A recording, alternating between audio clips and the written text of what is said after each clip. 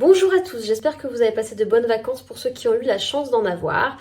Alors je vous fais un récapitulatif des 2 dernières semaines. Comme vous le savez, Médecins pour demain est sur tous les fronts. Nous sollicitons régulièrement les représentants politiques et nous avons eu la chance de pouvoir rencontrer la ministre déléguée aux personnes âgées et personnes handicapées, Madame Khattabi. Nous l'avons rencontrée ce lundi. C'était un entretien très intéressant où nous avons été en face d'une ministre très à l'écoute, où nous avons pu échanger sur différents sujets, notamment la problématique des visites à domicile, du virage ambulatoire et du maintien à domicile difficile des personnes âgées et des personnes handicapées. Donc vraiment, c'était un entretien très intéressant. Nous remercions la ministre pour son écoute et cet entretien, et puis nous espérons que nous pourrons avancer sur ces sujets. Par ailleurs, Médecins pour demain a sollicité le Conseil national de l'ordre des médecins sur différents sujets. Nous voulions avoir leur avis, notamment sur les PEPS.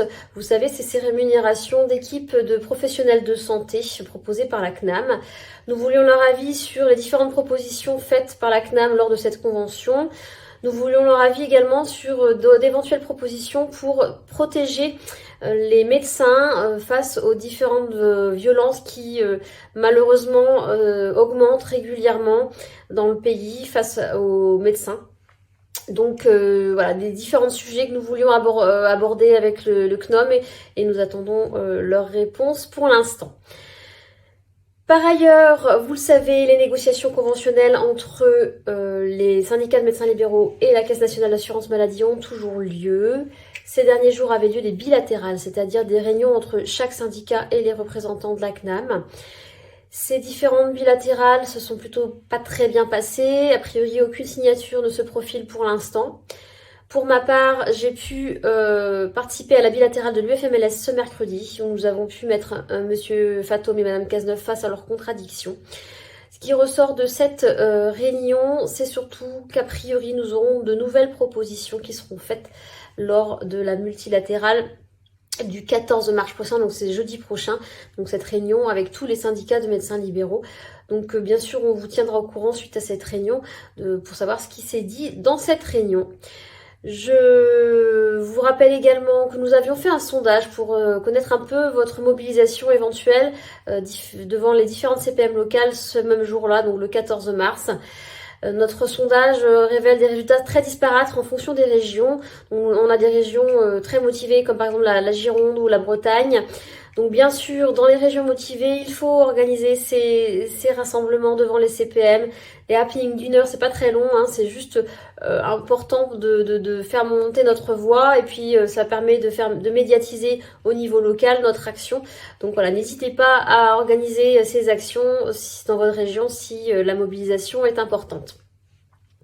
Je vous rappelle par ailleurs également que pour faire pression sur la Caisse nationale d'assurance maladie lors de ces négociations conventionnelles, malheureusement, comme vous le savez, depuis 1 an et demi maintenant, on se mobilise et on se heurte à un mur. Donc je vous l'ai déjà dit, notre dernier ultime moyen de faire pression, c'est de signer cette lettre d'intention de déconventionnement.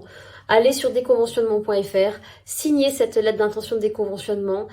C'est vraiment une peur, ils ne le disent pas, mais il y a une peur intense d'un déconventionnement collectif. Donc c'est vraiment une arme atomique et il faut signer cette lettre pour pouvoir avoir un poids face à la CNAM et pour pouvoir essayer d'obtenir enfin des revalorisations qui seraient suffisamment importantes pour la profession et pour créer une attractivité, enfin une attractivité qu'on demande pour pouvoir attirer les médecins et pour pouvoir enfin soigner correctement la population française.